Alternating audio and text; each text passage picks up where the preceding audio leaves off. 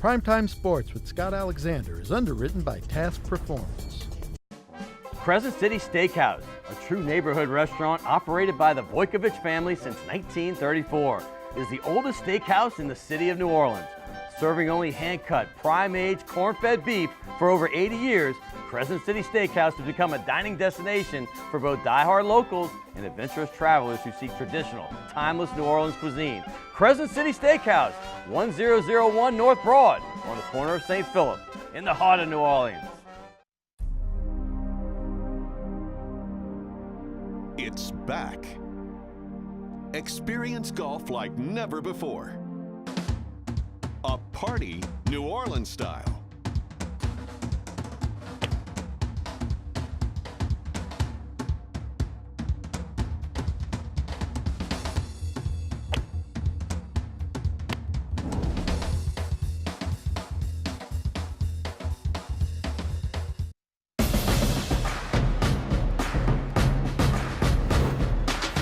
Hey, New Orleans, get ready for some rugby. There's a new pro sports team in town, and it's NOLA Gold, bringing world-class rugby to the Crescent City. The game is fast, the hits are hard, the fan experience is for real. Season tickets, lifetime tickets, and game day passes are all available at nolagoldrugby.com. I'm John Goodman, and I'll see you in the scrum. So here's the bottom line.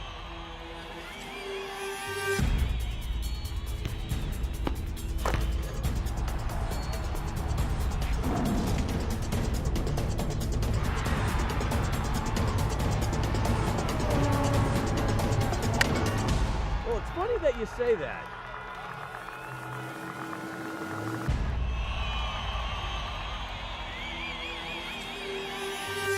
Let me tell you. Good evening and welcome to Primetime Sports. Hey, I'm your host, Scott Alexander, and it is Easter. That's why I look like a Easter bunny egg right here. But man, it's my favorite time of the year. It's the third straight week I've said that. Weather like this reminds you why you live in South Louisiana, because it is the best right now and everything going on. But the first things first, he's back. That's right, Will Wade is back on the sideline next season for the LSU Tiger basketball team. This is the guy that took a 2-16 in conference LSU Tiger team to 16-2 literally in just 2 years. There's Joe Oliva right there with him. The question is, what's up with Joe? Fact is, Joe has a bunch of top 10 teams in almost every sport at LSU. I'm imagining he's staying. Hey, the NBA playoffs have begun, and how about this? The Golden State Warriors, they blew a 31-point lead, the biggest comeback in NBA history for a playoff. Last night, the Clippers did it.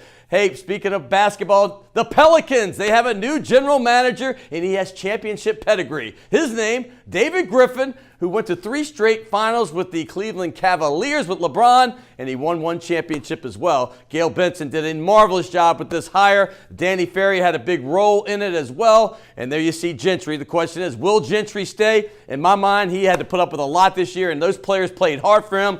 He needs and deserves another chance. Hey, Tulane baseball, the hottest baseball team in the South. That's right. Tulane is on a roll with another sweep this weekend, and that guy you see right there, Cody Hosey, leads all of baseball in college in home runs. Can you believe that? They are on a major roll, and Hosey's one of the main reasons why. LSU, well, they got hot again, but then they suffering a little bit once again. They lost to Southern for the first time in a decade, and 2 out of 3 to Missouri. And they are not playing great baseball. They got some injuries, but don't you worry. Those guys will be back. How about this? The NOLA Gold. That's right. They're another victory. Winning is sexy. They won 28-19 over Utah. Tristan Blewett, the South African's amazing. He had a pick 5 yet again. That means he picked it and got back into the try zone. That's like a touchdown. And he did it once again. That's his third. There's Scott Gale, the man of the match. And this team is still in first place. How about that right there? Look at them at the top of the table. This is a great show. Zurich Tournament Director Steve Worthy's going to be here to talk about all of it. Mike Detillier talking about the NFL draft. And new Tulane head coach basketball Ron Hunter. Stay tuned for all that on Prime Time Sports.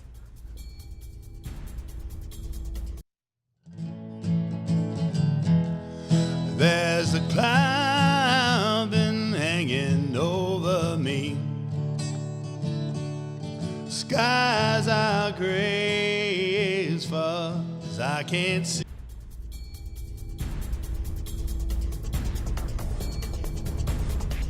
Hey, welcome back to Primetime Sports. We have a great show for you today. We're going to cover all bases. The Zurich Classic, well, you know it starts on Thursday. The NFL Draft as well. We have Mike Detillier doing the draft. Steve Worthy, the director of the Zurich, is going to be here. But right now, I don't have to tell you again, basketball is my favorite sport. And I grew up watching the Tulane Green Wave. I grew up near the old gym where they still play, a little bit refurbished. Well, they have a new head coach, and I couldn't be more excited. His name is Ron Hunter. You may remember him from Georgia State when they had that big upset when they took down the 3-seed Baylor Bears, and Ron Hunter was in his chair because he had a broken leg, and he fell out. Well, he's right here, and he's going to turn this Green Wave team around. I cannot wait. Ron, welcome to New Orleans, my friend. Man, I'm glad to be here and excited to be in New Orleans and more excited to be at Tulane right now. Well, I got to say this. You're taking over a team that was on a long losing streak, and I love this because you came in, you had your press conference, you did a little second line down the street, you had the brass band, and you come in and say, hey, we're going to go to the NCAA tournament. You didn't say in a few years. You said, we're going next year. Yeah. Are you crazy? A little bit, but you know what? I've been the last 5 years, and I didn't take this job to start losing. And so I think there are a lot of pieces that are there, and we're going to add some pieces. But again, it starts with me, and it starts with our attitude. I don't know what happened in the past. It's a new day at Tulane. We're going to get those kids to believe in winning, and we're going to get this program back. And it won't take 5, 6, 7, 8 years because I'm not waiting that long. Again, I came here to win, and that's what we're going to do. I love that spirit, man. It reminds me when Perry took over the program back in the early 90s. They had been on, the death sentence they got, and they came back, and all of a sudden they started going to the NCAA tournament. You kind of have that same vibe. Yeah. Do you kind of remember those Tulane teams from back in the 90s? Yeah, I do. But even probably more importantly, it's kind of like what we took over Georgia State. And when we took over Georgia State, they'd had 10 straight losing seasons, really back into lefty. And so this is kind of the same situation where they've got the losing seasons here. Both Georgia State and New Orleans are in the city, and so this fits right up my vibe. Our first year, we won 22 games that first year, and so again, I will be extremely disappointed if we don't win at 20 games to get to the NCAA tournament. It starts with me, and we're going to work every day to get to that. I don't believe you've got to wait. I think you've got to get these kids to buy in, and first, I've got to buy in, and I've took this job because I believe that they're ready. Everything's about timing, and it's time for Tulane basketball to rise right now. You caught the hearts of everybody when obviously it helps to win that game, but you were so passionate. And you and your son, RJ, had this special relationship. He's an NBA player with the Celtics. The guy was a sharpshooter. I mean, big time. He hit the big shots all game long, all season long. But talk about that season, the culmination of that big win, and then your relationship with your son. It's one of the toughest things I've ever had to do in my life is coach my son. I know a lot of times you do that in Little League, but when you're at the level that we're at and to be able to coach your son, you got to go through a lot of different things. And so it was really, it was a special moment. And to go through it with our entire family and to win an NCAA tournament game. And I think that every dad should be able to have that type of experience. When you can coach your kid in that environment and to hit that shot, man, it was something really special. And then, then 2 weeks later, 3 weeks later, he gets drafted by, of course, the Boston Celtics. Yep. Then you turn around, my daughter got married a week later. And so it was just that 4, 5, 6 weeks was just really special for our family. Was that 2015? Yeah. Magical spring for you, huh? Yeah. What's your first impression when you took the job here and you get to New Orleans and you've been kind of getting around? I know you're recruiting, so you haven't really seen the entire city, but what's your impression before you moved to New Orleans about the city, and so far, what's it afterward? Well, it's funny. There was two things, and it had nothing to do with basketball. One, what is a beignet, and what is a Mardi Gras about? I never had a beignet, and I've never been to a Mardi Gras. So I wanted to, I can't wait. I've actually had my first beignet. Did you have I have had my first one, and I'm not having any more. Those things are so good. I'll weigh 500 pounds if I keep eating those. I'm going to tell you, this city, man, it'll get you fat in a hurry. If you do, make sure you start walking down that streetcar line. You got a big task ahead of you. We all know it. This team went on a long losing streak, and I felt so bad because they were fighting so hard. They got down to the buzzer, but they just seemed like they found ways to lose all the time. How do you turn the mindset of the returning players from that mindset to just becoming winners? Well, I've had hard jobs. I mean, when you're at IUPUI, and most people probably in Louisiana have no idea what IUPUI stands for. Explain that to everybody. And we took them to the tournament. So, and then all of a sudden we go to Georgia State, which is a really tough job in the city of Atlanta, right downtown. Most people didn't know about Georgia State. So, in my opinion, this is the best job I've had. So I'm excited about this. And again, I think my enthusiasm and getting kids to play the right way. The one thing we're going to do, there won't be one team in the country that play harder than we will. And so, again, if you play hard every single night, then you can live with the results. And so I think a lot of that has to do with just that mindset. And so that's how we're going to shift it. It won't be some special sauce, or we're going to drink some water. And this. No, we're going to play hard for 40 minutes, and we're going to try to outclass our opponent on the floor. I love the pictures of you. You just fired up all the time. Speaking of the press conference once again, you talked about going to the tournament. Yeah. Well, you already developed a rivalry with the team that was pretty darn good last season, the 3-seed Houston Cougars. And you said, hey, we ain't scared of Kelvin Stands. We're not scared of Houston. We're going to take the conference next season. Has Kelvin called you yet? He called me yesterday morning at 7:30. And Kelvin and I are actually really good friends, and I think he's a wonderful coach. And in my opinion, should have been a National Coach of the Year this year. I agree. Yeah, he did what he's done with Houston. And it's funny, in our conversation yesterday, I picked his brain because when he took over Houston was really struggling. Absolutely. And so we're really kind of in the same boat in that regard. So I asked him a couple questions. He didn't give me all his secrets, but he gave me some things. And so, again, what I want to be able to do is you go when you're in a fight, you go pick on the bully. You go get the bully. If you could knock the bully off on that first day of school, then guess what? You got the respect of everyone else. So I wanted to poke the bear. I wanted to poke the bear, the bully, and let him know that we're coming at him. And that's my last game. I lost to him in the NCAA tournament, so I don't like losing. And so as I was shaking the hands of the players, I said, wait till next year. And so, Lord knows, I didn't know that I'd be coaching at Tulane at that time. So I'll be excited to get back. But what he's done in Houston is great, and that's the type of thing we're going to get here done in New Orleans and at Tulane. So you asked him for his secret. I'm going to give you a little clue what his secret is. It's called Tillman Fertitta money. When you got Tillman Fertitta, the owner of the Rockets behind you, that's their biggest supporter, yeah, things get a little bit easier for you over there. But as far as this squad, how do you plan on rebuilding this team? I know you have some returning players. You have obviously, Jordan Walker coming off of his transfer year from Seton Hall. But kind of give us an idea, maybe what you have. I know it's in flux right now, but give us a little bit of idea what you plan on doing. Well, the two young men that sat out last year, I think, are tremendous players. Jordan Walker and Ray Embo. Those two guys he sat out because he was hurt. Ray Embo, and I think Ray is going to be tremendous. I really like his game. Big point guard, and then the other kid's a scorer. Jordan Walker can really score. But then, again, you got Caleb Daniels, who's a kid, the local kid. But I think that's what we've got to do. We've got to make sure we establish at home. We're going to sign some local kids. Again, I think that most of our kids should be from Louisiana. If you talk about Houston, the kids that beat us in the NCAA tournament were from New Orleans. There's no way that those kids should be playing in Houston. They should be here in Tulane. So I think it's really, really important that we establish recruiting rates right here in our city and right here in our state, and we're going to do that. I'm going to go back to one player because, some of the guys you mentioned, they've already seen here in New Orleans. Obviously, Embo was hurt last season, but they saw him a couple years ago. Great player. You mentioned Daniels. They saw him last year. But the kid Walker, what's he do well? The guy that transferred from Seton Hall. I tell you what, maybe the fastest player I've ever coached. I'm in my 30th year. He is unbelievably fast, can really, really shoot it. I think defensively he's going to be a monster for us because we could kind of put him up at the top. But more importantly, he's like his head coach. He's got a ton of enthusiasm. He's a tough kid from New York City, and I can't wait to coach him. He's one of those guys that first day when I walked in to see the team, he kind of looked at me and said, "What are you going to do with me, Coach? Where am I going to play?" And I just love that enthusiasm. And so, as you can tell, I've got a tad a little enthusiasm. Yes, you do, so you get me pumped up. I'm ready to put my sneakers back on. I'm excited to coach him, and I think it becomes infectious. And it can't always come from your coach. You need your players that way. And I think that Jordan will do that for us. Well, you mentioned him being from New York City, but what's your background? Let's introduce yourself to the city. Where are you from, and how'd you get here? Well, you know what? I'm a Midwestern guy from Dayton, Ohio. I grew up in Ohio. I spent 17 years coaching in Indianapolis and in Milwaukee. So my first induction to the South was when I took the Georgia State job in Atlanta. I had never really recruited the South during that time, and went to Atlanta, fell in love with it, and won a lot of basketball games, and really thought I was going to retire there. I told my wife that it was going to take something really special for me to leave Georgia State because we built a home in Buckhead and was having a great time, and then we found something special. And it's one of those things that I knew that I wouldn't have to sit there and say, do I take the job? When the Tulane situation happened, man, I knew it right then. Knew it right then, and without even coming on campus, without seeing anything, took the job. And so sometime again, it said, when things are right, and this was right for me and the right time. This job is right up my alley. School right in the city. Been struggling a little bit. Have had past success and just ready. And right now they're ready. I'm ready, and it's time to get it on. Man, I am fired up already. This team. I want to ask you a question. What was your secret at Georgia State? You go into the program 10 losing seasons in a row. You win 22 games the first year, and this is no small feat. You went to the NCAA tournament 3 out of the 5 years you were there. Good teams in that Sun Belt Conference. Obviously, one in our backyard right here, UL Lafayette. They've had some success as well. What was your secret to do this? Well, again, I think there's not a special deal. If you can get the kids to play hard, and you can get them to buy into what you want to get done, then you can win games. We're talented enough at Tulane right now to be able to do that. Again, now it's just a buy-in factor. And so if they don't play hard, they won't play.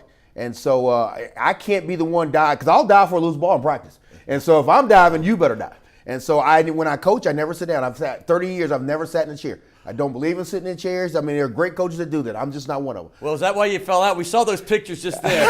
Okay, this is the famous thing. You obviously had the broken foot on the left, so you got your toes peeking out, but you're in like a little rolling chair. I have to explain this. And there's a picture of Lance Stevenson blowing you over. No, we're having fun here, but the funny thing is, like, the only time you did have to sit in the chair, you said, I'm not going to sit anymore. Right. They had bobbleheads of you falling out. That kind of made you a little bit famous as well. Yeah, you know what's funny that a lot of people don't know about me falling is that when my son was coming down the court with the ball, I'm leaning, and because officials in front, I'm trying to call a timeout. I'm trying to get my son's attention. I'm on a stool. I'm trying to get my son's attention. And then all of a sudden he shoots the shot and I'm leaning. And I completely forgot I was in a cast. And next thing you know, the shot goes in, the crowd roars, and I'm on the floor. So, and you know what was funny? I didn't think anyone saw it. I tried. I'm thinking I would get up real fast. The most watched event of all time. Look at you smiling like nobody saw this. No one saw this. Let's get up real fast. But that's hilarious. No, it was a great moment, and we're going to have those kind of moments in Tulane.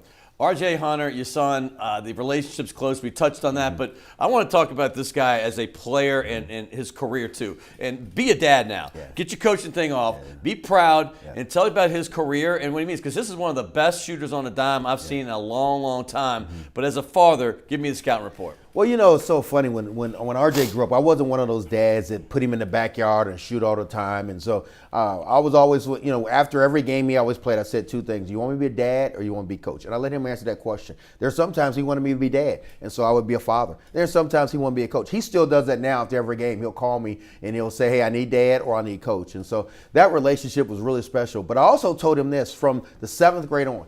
I told him this, that you have a better chance of getting hit by a meteorite than making an NBA.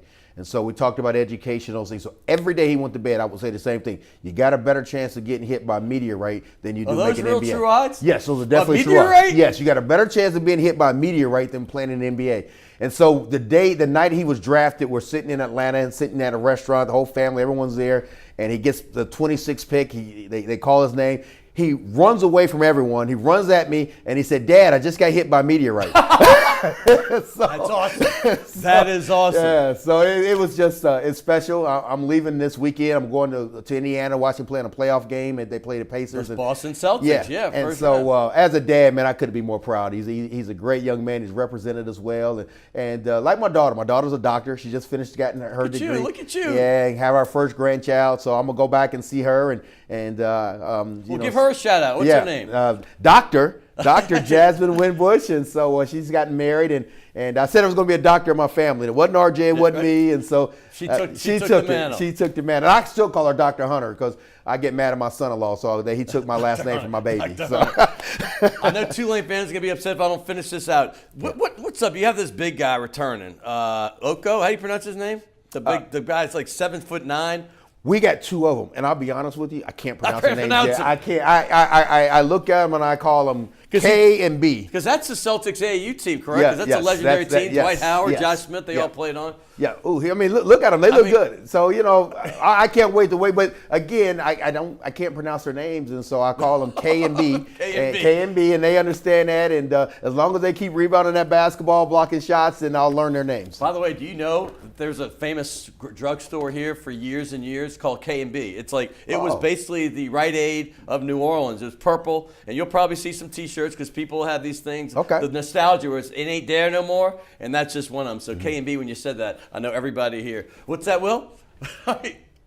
Anyway, we got to get to the ball sign because that's what we do on this show. It is a tradition. Alrighty. We got the mailman Malone. We got Dale Brown. We got tons of coaches on this. Here, we'll take this ball right here. You got superstars, man. Yeah, well, you're the star of them all right there. All right. Got to find a little space for you. Mr. Ron Hunter, I might even get you to sign the basketball as well. I mean, the football. But we also give gifts on this show. Gifts. And first off, we have the first place Major League Rugby team. This ain't the minor leagues. This is the majors. Oh, wow. 8-2. They're the New Orleans Saints of Major League Rugby. Okay. And we're going to give you 2 tickets for either, I know you're recruiting, but either May 11th or 18th. We'll even VIP you up because it's an unbelievable situation. There you go. Thank you. That's Appreciate the next home games. Thank you. And here, task performance. By the way, the last SEC Tulane was in the SEC back in the day. I'm going to get you some history. The guy that owns Task Performance was the last all-SEC player in any sport, and he lives right around the corner from his name is Al Andrews, and he owns Task Performance. Feel that. That is the softest thing you'll ever put on your body. Hey, Al, come and see me, man. I need some more of these shirts, Al. Come on and visit with me. He's going to love that. Trust me, he is going to love that. He's in his 70s. He still thinks he can whip everybody. All right. No, Al's awesome. And by the way, this is a restaurant right around the corner from Tulane. It's on Maple between Broadway and Carrollton. You could walk here. Okay. And there you go. Give you two of them. Bring your wife when she gets to town. But, hey, it's been a pleasure. Thanks, buddy. Really appreciate it. I wish you nothing but the best success. And I'm already fired up. You got a vibe about you. And I think this is going to be a great fun, great time. Well, have me on again. We definitely will. Trust me. I'll hold you to that. We're going to have you on right before the season. That was Ron Hunter. You want enthusiasm? Well, we're going to do just the same thing because our next guy, Mike Detillier, he's going to bring him. We're going to talk NFL draft. And don't forget, right after that, the Zurich Classic. We have the tournament director, Steve Worthy. Stay tuned right here on Primetime Sports. Primetime Sports with Scott Alexander is underwritten by Task Performance. It's back. Experience golf like never before. A party New Orleans style.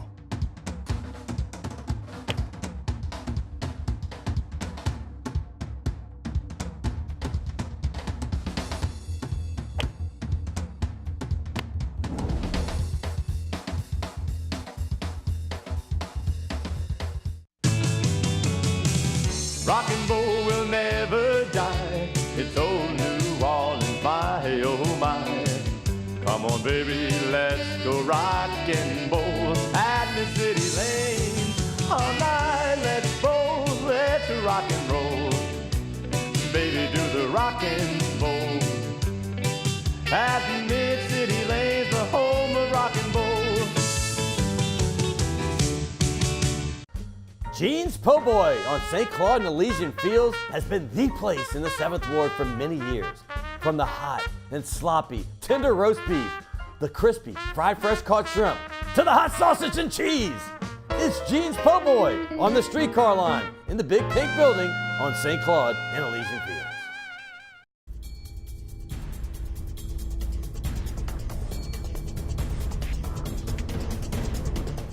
Hey, welcome back to Primetime Sports. Hey, man, that was a lot of enthusiasm around Hunter, but we're not slowing down right now because you know Mike Detillier. We're going to talk NFL draft. It's going to be on right now. Hey, we know the Saints don't have a load of picks, but that doesn't mean anything to Sean Payton and Mickey Loomis, who before you know it, we might have 3 first-rounders by the end of this draft because they like to trade and they're aggressive. But here, you know this every year I bring this thing on. It's the Mike Detillier Draft Report. This is the Bible for the NFL draft. It's got every single prospect that you can possibly imagine. It goes deep at every position. It's phenomenal. If you're a geek like me, you take this and read it all night long. Thank you, Mr. Detillier. How are you, my friend? Appreciate it. Look, let me say something about Ron Hunter. Yeah. And I told him, if I wouldn't know any better, I'd swear he's from the Bayou.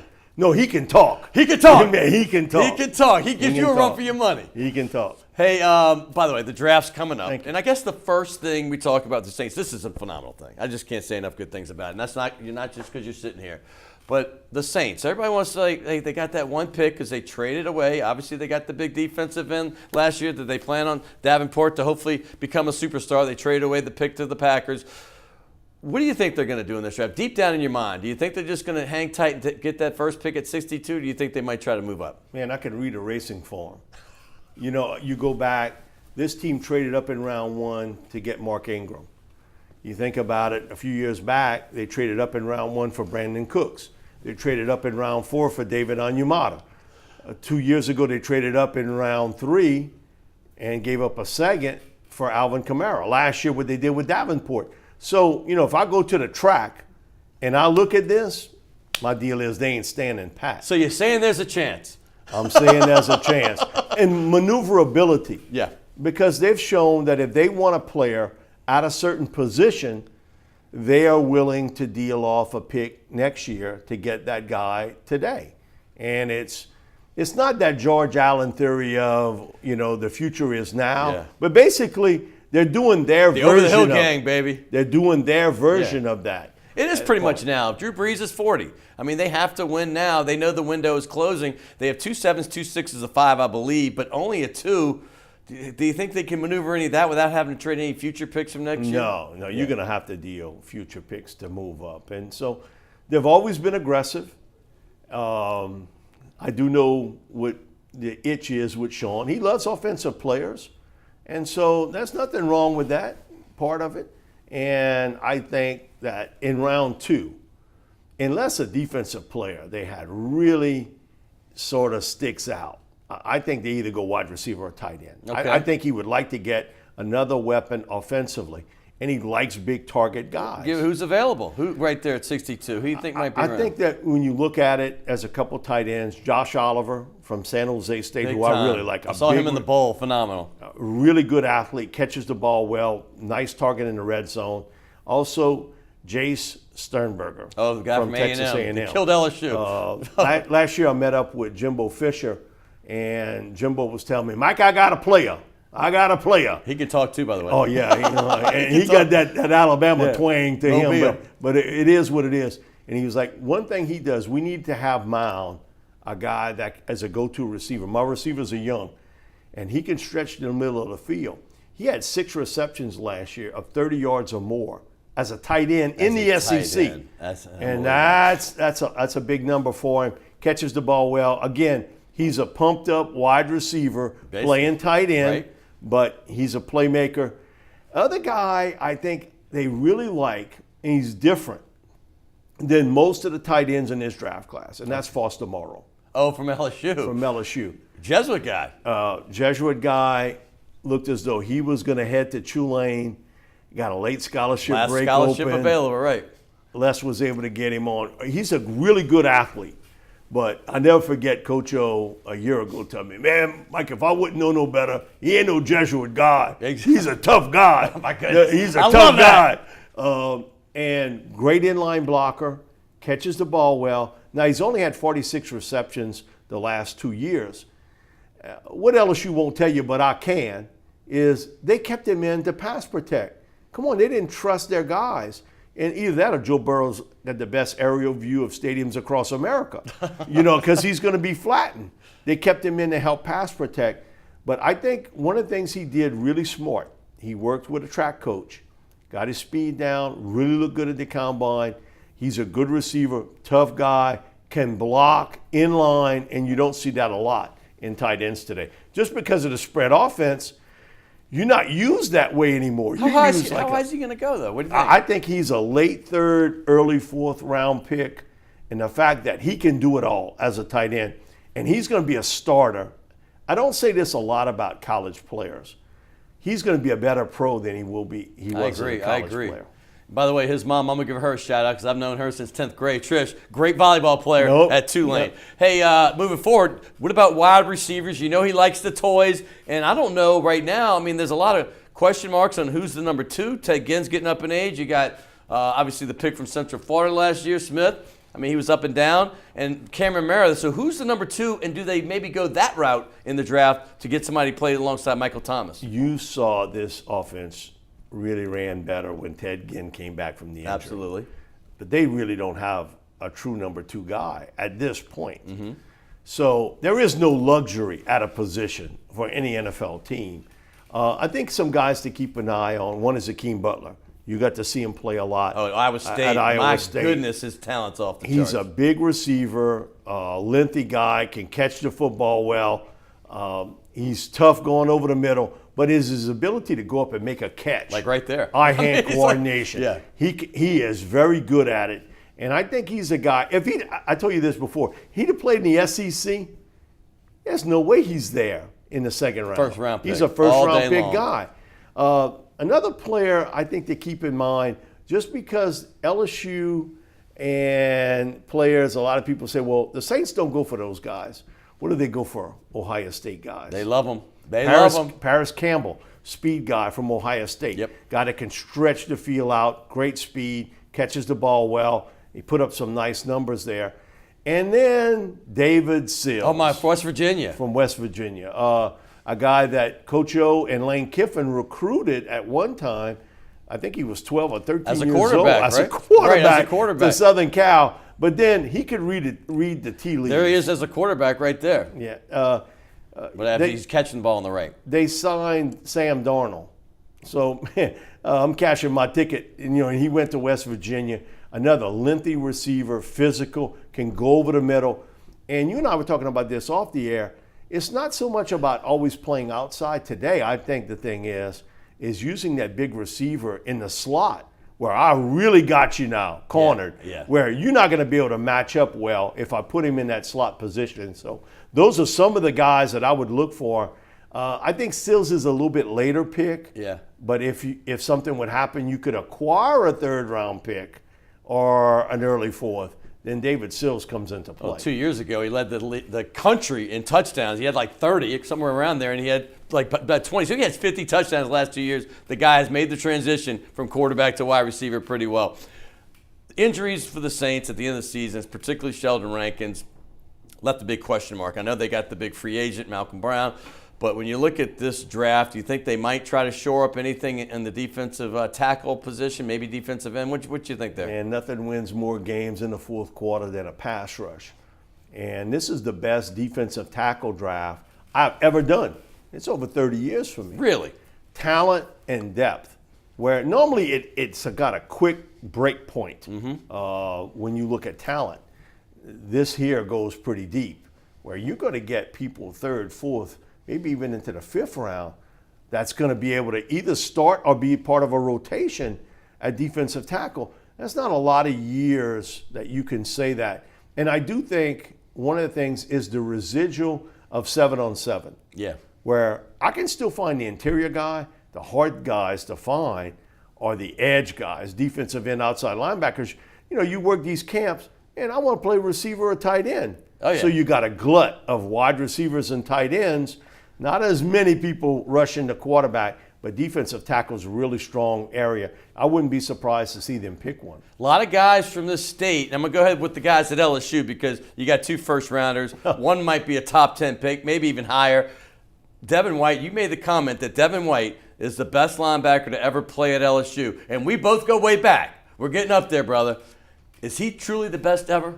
I've lived here all my life. I've covered this for over 30 years. He's the best linebacker I've ever seen at LSU. Here's the crazy part. He's still a football puppy as a linebacker. He's a running back, right? Yeah, I interviewed him as a freshman before they played. He wanted to play running back. He thought he was going to beat out Fournette and guys and Darrell Williams. And then he figured out, man, listen, for me to get on the field, I got to play linebacker.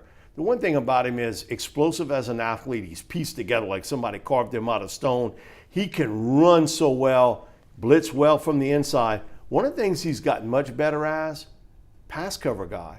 Yes. His ability to float back into coverage is really good for a guy who's not really experienced in doing that. Going back, there's only been 8 inside linebackers picked in the top 5 Right. from 1965 until today. He could be 9. He could be the 9th guy. That's unreal. And I think that he'll be a top 5 pick. What did that combine 40? Because remember, he broke down when he saw the number, and it was just, there he is. He's crying when he got the official number. What did that mean? Like, I mean, give us, what did he run the 40 in, and what did that mean for his draft stock? Because we already know he's a warrior. He was going to get picked in the first round, but what did it mean? Well, for him, you trained, for that, and you clipped that 4.4 40-yard dash. I mean, as a linebacker, and you interior. 240-something pounds to run it, that is unreal today. But I think it was just, man, I've trained, and this is what it is. Listen, it didn't take the combine for me to figure out he can run fast. Yeah. No, you watch him play. He's fast, and he's jet fast out on the field.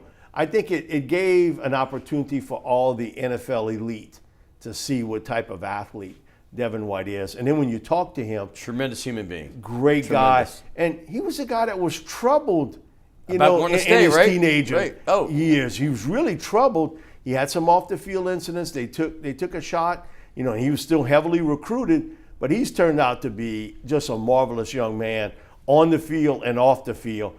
And that's not much he can't do. And he's ambassador. motivated to be the very best. And I always say this, Scott, that to me is the point. He's never satisfied in what he did. He's always raising the limit of how good of a player he can be. He's a fantastic football player. Well, one guy that came out of nowhere, I'm not saying he wasn't a top recruit, but they've been higher recruited DBs than Greedy Williams. Yeah. But he just came out that freshman year as a true freshman. He started picking off everything, and obviously now he's made himself into a first-round pick.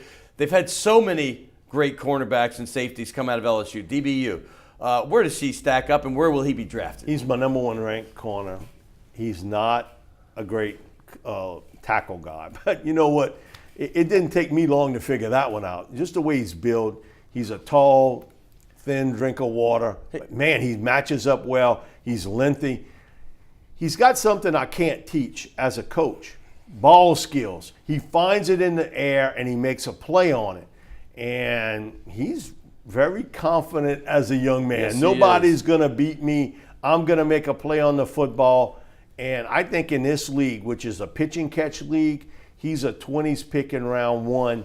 Everybody said, well, he can't tackle. That's why he fell. Well, it didn't take me 2 years to figure that out, but I ain't got him on the field to tackle. I got him on the field to cover. Yeah, you know who they else said he couldn't tackle? Deion Sanders. I think his career worked out just fine.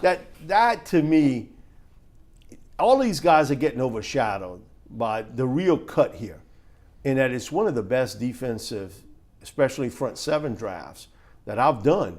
So that's going to push a Byron Murphy, a Greedy Williams, DeAndre Baker. It's going to push him into the 20s, maybe even into the 30s because of that. It has nothing to do with their flaws. It has everything to do with the Greeks settled this years ago. I got an opportunity to pick a really talented big guy, a really talented small guy. Man, give me the big dude. You don't have that many people that are that big, that fast, that can play like that. That's why they're getting pushed back. And, because I do so many shows with Hebert, he would be the first to agree. Quarterback trumps everything. You have 4 quarterbacks picked in the first 20 picks.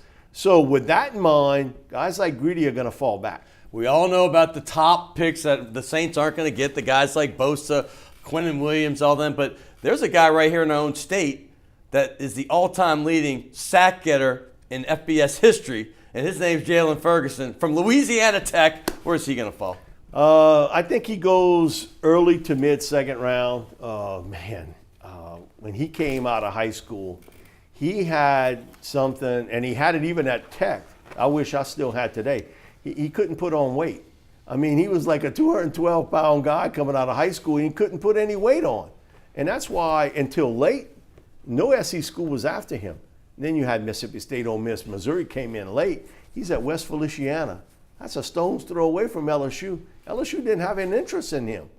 And he goes there, has had a great career. It's his closing speed. He can bend the edge hard, close hard to the quarterback. And man, he's got that GPS constantly turned on to make a quarterback sack. He's a really good football player. All right, last thing, because you only got 30 seconds.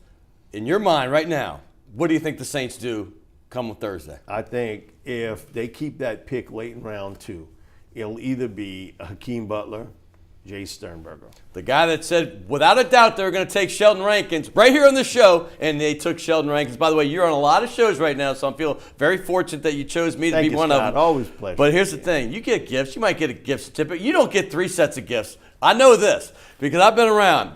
There's a nice gift certificate for you to go to Shades de la Shades. Appreciate it. It's awesome there, too. And I know you've had these shirts before, Task Performance. Listen, that is super. How good does that feel? This time of the year to wear these shirts, man, out in that, once that heat starts to get Hey, that black oppressive, slimming, too. And this is awesome. Absolutely awesome. And Thank here, you. I appreciate it. Your man Bobby Hebert, you say he likes to talk. Well, he loves rugby now, too. We VIP'd him up. Now he wants to come every single time. I guess it's all you can eat and drink. He loves that. Yeah. Beautiful. T-Bob loves it. Dalton Hilliard came last week. He loved it. That's super. So we have next home game, May 11th and May 18th, the last 2 regular season games. First place, we score like the Saints. So we got you 2 tickets. Oh, thank you. I'll I make sure appreciate you get it. those. Thank you so much. You pick the one you want to go to, and I got you 2. You, your wife, whoever wants to go, I'll VIP you up. Man, listen, that's awesome. And Mike you do a great Detillier, job with that, too. Thank you. Appreciate it. Mike Detillier's draft report. You got to get this. Tell them how to get it real quick. SaintsReport.com, MikeDetillier.com. Just go to SaintsReport.com. If you can spell Detillier, do that too. MikeDetillier.com. I can't thank him enough. Hey, by the way, I told you this is a star-studded show. Ron Hunter, He can talk. Mike Detillier, he can talk. Well, I'll tell you what, Steve Worthy, he can talk too. We're going to talk all about the Zurich Classic. I hear Tiger Woods is coming. I'm just kidding. I'm not positive, but who knows? We'll talk to him next, right here on Primetime Sports.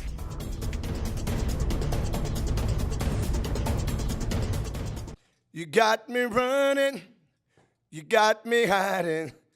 You got me running, hide, any way you want, let it roll.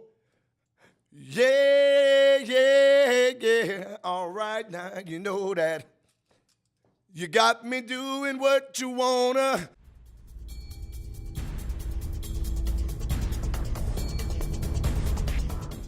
I got so excited about the Zurich Classic. Earlier in the show, I said it was this Thursday. It's next Thursday, obviously, as well as the NFL Draft. I'm getting a week ahead of myself because I love this event. It's one of the go-to events of the year for anybody from New Orleans or the Gulf Coast. You got to come on down and enjoy this. If you haven't been there before, this is one of those things that you have to put off your bucket list. And once you go once, you're going to want to keep coming back every year. We have the tournament director for the 7th time, 4 on TV and 3 on radio, that he's come on one of my shows and talked about it. Steve Worthy, welcome back, brother. Always good to be here. Everybody wants to talk about pairings, and I can't wait to get into that because that has become the thing in New Orleans. Sure. It's like the fun thing to do. But one of the first things I want to say is the tournament itself, the TPC, the event, and the grounds. People forget how beautiful this thing is. I have a bunch of pictures of it. Talk about this compared to other tournaments as far as just the greens in general. Well, because it's a TPC property, meaning it's owned by the PGA Tour, under the PGA Tour umbrella. Right. They use all their resources to make sure the golf course is in the best shape possible.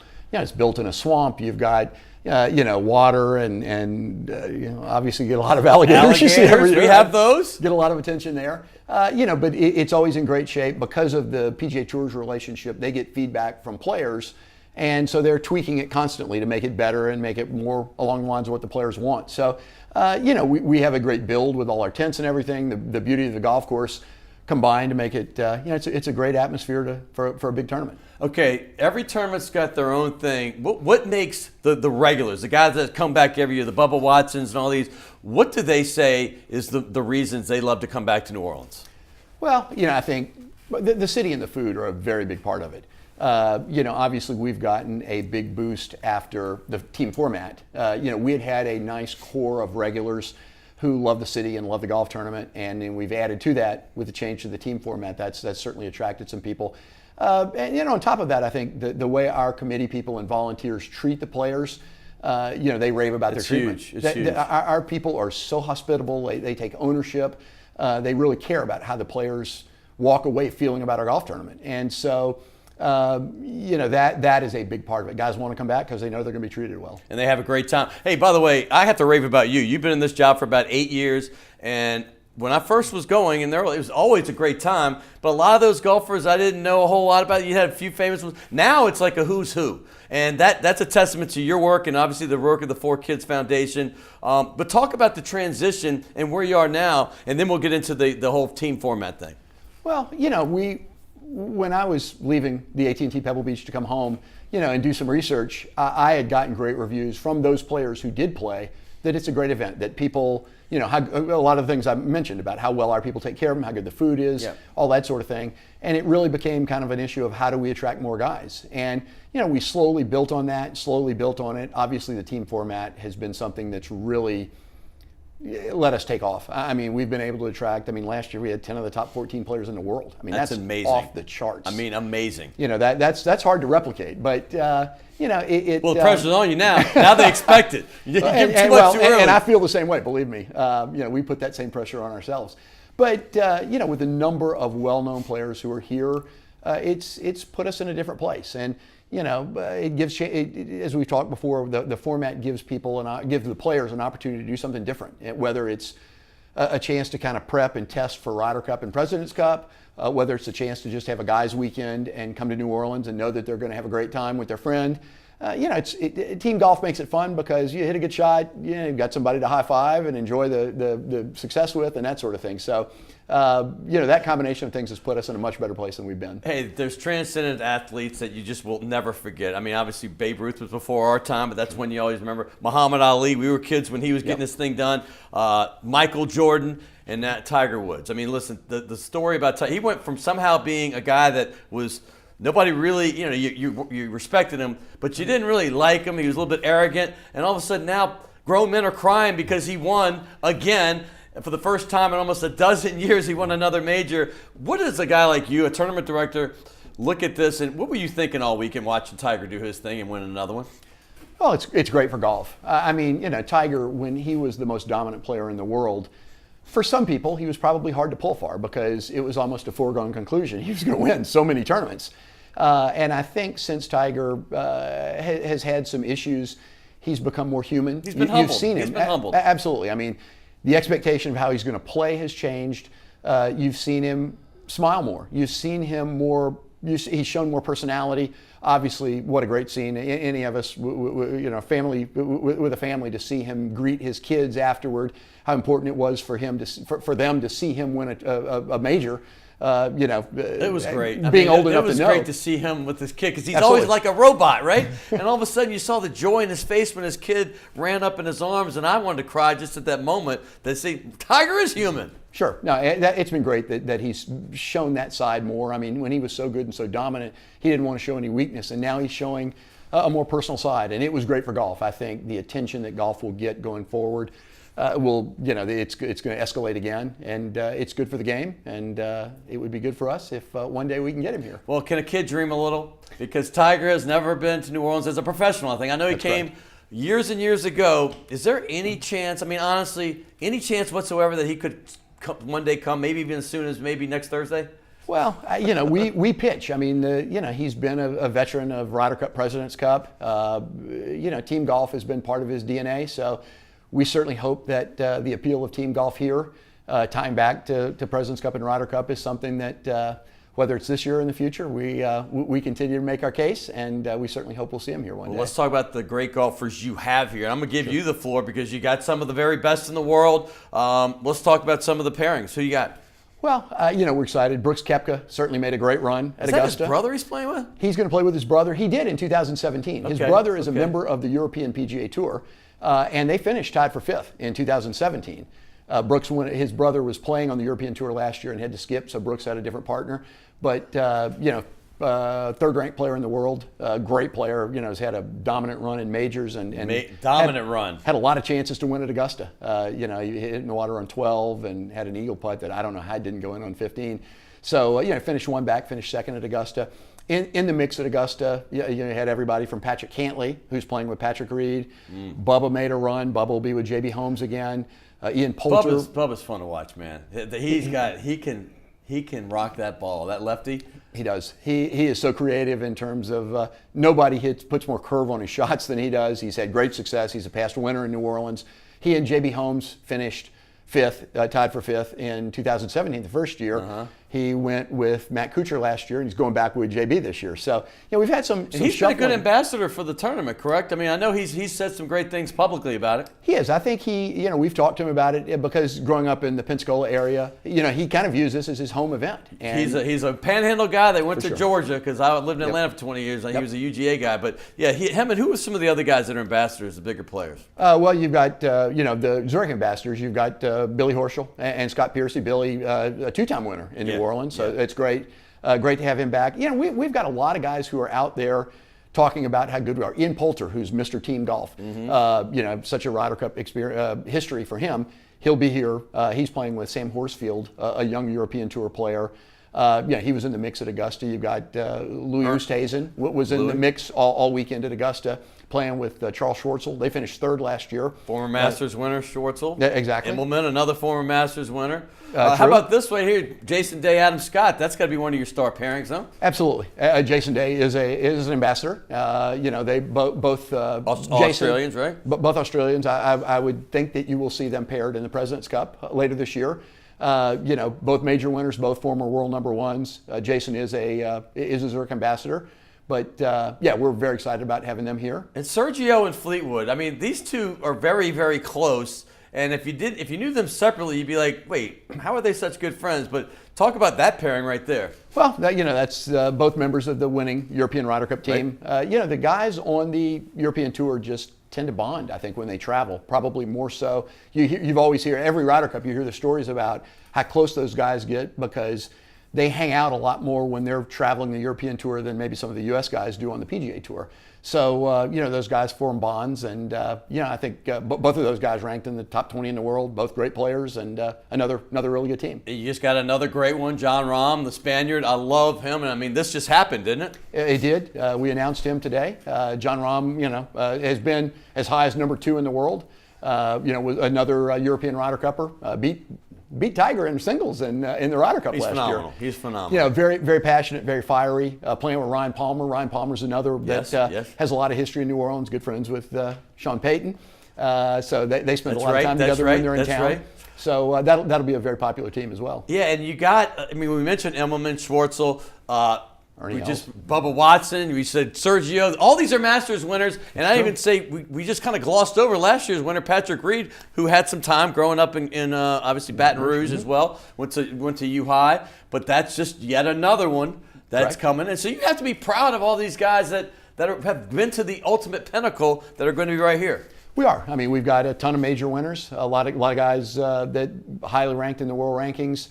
Household names, and we've still got a few names that we know right now that you'll see. That might still be coming. What's the deadline? That we'll be announcing tomorrow and Thursday, and then we've still got a few who haven't committed yet. Can you give us a hint? Friday. I know you don't want to spill the beans, just in case, right? There are a few guys that you will have heard of that will be announced over the next couple days, and any player who has not yet committed. Still has until Friday at 5 p.m. to That's commit. an old vet right there, Potty Harrington. Well, that was one of my favorites about 15 years ago. Absolutely. Ernie Els and him? Ernie Els. Well, Potty is the European Ryder Cup captain for next year. Yeah. So, again, we're doing more and more to kind of solidify that relationship and look for some of these guys to test pairings for Ryder Cup and President's Cup. And Steve Stricker is playing. He's the U.S. Ryder Cup captain next year. Another phenomenal goal. So you have a ton, seriously. We do. It's fun. It's fun to get those guys, household names, guys who have won big events, ties to the Ryder Cup and President's Cup. So it'll be a good field here. I'm about to give you a shirt from TAS, so I got to give Al Andrews, golfer out there. I know he's got 2 of them, but one of them, Scott Stallings, he's a top 100 player. He's going to be out there. Look at TAS performance right there, looking good. There we go. You got Chris Kirk. Both TAS guys will be here. We've got TAS involved in our Pro-Am this year, so nice. Very excited about it. And you have a new trophy. This is what I want to show because this kind of separates you, and it has a New Orleans flair to it. It does. We're very happy about it. We've been talking about it for a few years. We worked with Waterford Crystal, came up with something that kind of captured the feel of the city. Obviously, the fleur-de-lis ties closely. You can see in the photograph. Look at you right there. At Media Day, we announced it, and players, we'll have it displayed in player dining. Let all players get a chance to see it and touch it, and something they all want to win. And I tell you this: the team pairing thing has meant so much. In a nutshell, what has it meant to you? Well, for me, a lot of people question the decision to leave Pebble Beach to come to New Orleans, and it's home, and that's what. That's obviously what drew me, but the ability to grow the tournament. Last year we gave over $2 million. We distributed over $2 million to children's charities. The relationships. Our committee members work so hard. Our volunteers work so hard, and they do it because they want to give back. And the fact that we gave over $2 million. We vet where that money goes. Our 4Kids members work so hard, and it has a real big impact on our city. They want to leave the city in a better place, and we're very proud of all of our folks that we've been able to accomplish. Well, I got to give the King of Hermes a shout out, Dara Schaefer. I wish I had the picture of him with the long hair. I haven't seen hair on that guy since like the Nixon administration. It's been a while. Dara Schaefer, there's your shout out, my friend. We give gifts here. I know you get gifts on other shows. I told Detillier this, but you don't get 3. We got a TAS shirt right here. You got the Hunter Green. Beautiful. Outstanding. We have a gift certificate. We'll even give you 2 to Shays de la Shays uptown. Wonderful. I think your wife likes that place. She does. And you got VIP rugby tickets. I'm going to give you your choice between the 11th and 18th. And there's a rumor that we're going to pick up May 4th as well. So we're going to have 3 rugby games in a row right after your tournament. Right. So you're going to love the VIP. Wonderful. John Goodman's always up in there. We had Dalton last week. You went to LSU when Dalton Hillier was there. Bobby Hebert loves it. Steve Worthy, good luck next week. Appreciate it. Thanks, Scott. And if Tiger Woods is in, it's going to be huge. Cross your fingers. Hey, anyway, lots of people to thank. WLAE, they do such a great job. Will Hill, everybody that behind the scenes. We know Naila, Lexi, obviously the Redhead Tsunami, and Hunter. Don't forget Hunter, Jeans Po' Boy. Check them out. I'm Scott Alexander. We will see you next week Thank you. And CST, WLE, right here each and every week.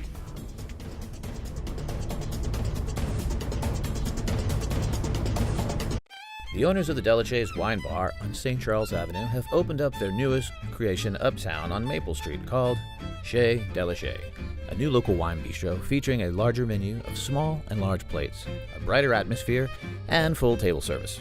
Additionally, patrons can enjoy a large patio out front as well as an extensive wine list offering selections from around the world. It's Chez Detillier, 7708 Maple Street between Carrollton and Broadway.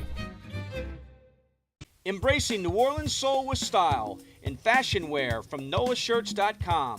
Show off your love for one of America's unique cities with shirts, belts, and hats in a variety of colors and styles.